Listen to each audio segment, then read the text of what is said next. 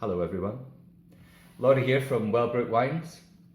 Thank you very much for buying our winter tasting case.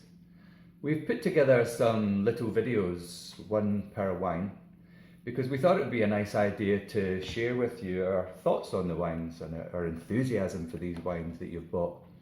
We'd like to tell you a little bit about where they're from, how they're made, the grape varieties involved in making them, maybe chuck in some completely random thoughts and facts, who knows?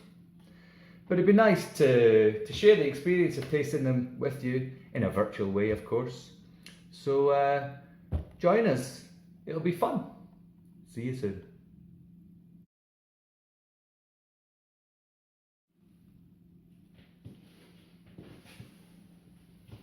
Hello folks, thanks again for buying the Wellbrook Wines winter tasting case.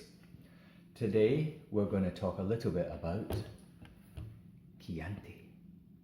Chianti from Tuscany in Italy. And maybe that's the one wine region that conjures up more romance than any other.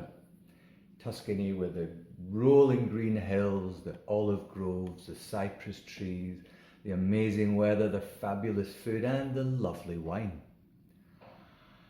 They've been making wine here for 2,500 years, so you'd think they'd have learned a trick or two by now, eh?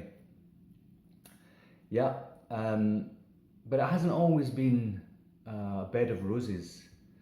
And actually, after the Second World War, and particularly in the 1960s, when a new set of laws came into play in Tuscany, and including Chianti, to control and classify production, production was focused very much on quantity, not quality.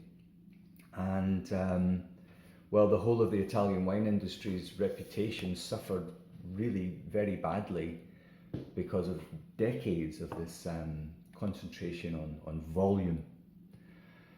Some of you, those of you of a certain age, those of us of a certain age, may remember, do you remember these ballon type bottles, the big bulbous bottles, and they were wrapped in a kind of wicker basket affair, and they had a little wicker basket handle.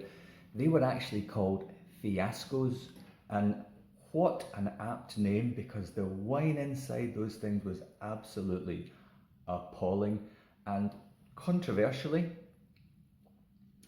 I'd say that Chianti and Sangiovese, the main grape of Chianti, was, I do stipulate, was probably responsible for more really dodgy wine than any other region and any other grape variety in Europe for quite a long time. Fortunately, that's all in the past.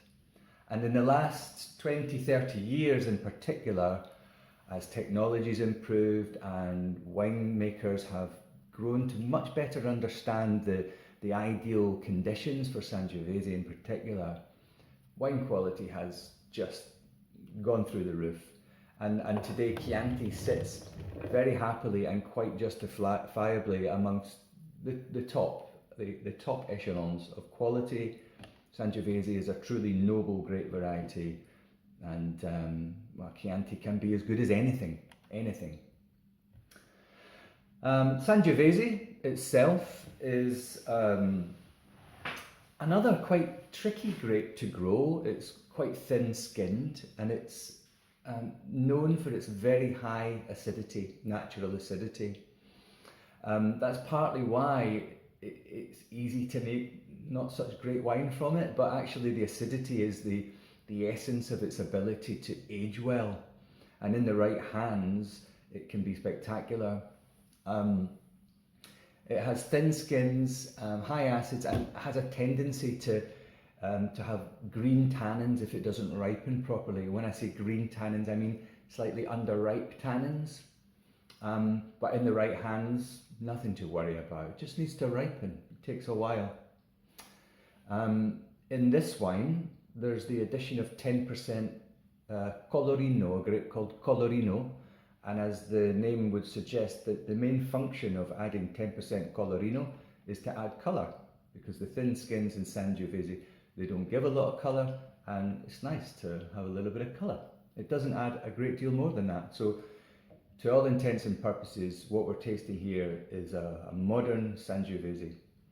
Now this Chianti is from one of the subzones called Colli Fiorentini, and it's one of those subzones that sits around the periphery of the main classical region. To be classed as Fiorentini, it has to age for at least a year before it's released. And this wine spends 8 months, 30% of this wine, spends 8 months in big old oak casks of 50 hectolitres, so really big casks. And the other 70% stays in stainless steel before blending. Then it spends some time at the winery and then it's released. It's a lovely wine. So let's taste it. When you look at the wine, it's not particularly dark in colour, it's not particularly light in colour.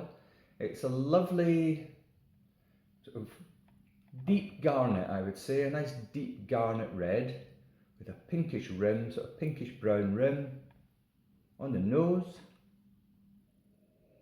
Oh, it's lovely. The biggest influence is this lovely ripe red cherry aroma. It's a really lovely primary, ripe, juicy red cherry aroma. But there are other things in there too. Might sound strange, but there's a sort of saddle leather hint in there as well. And maybe just a very delicate touch of allspice. But it's fruity. It's fundamentally fruity and very appealing.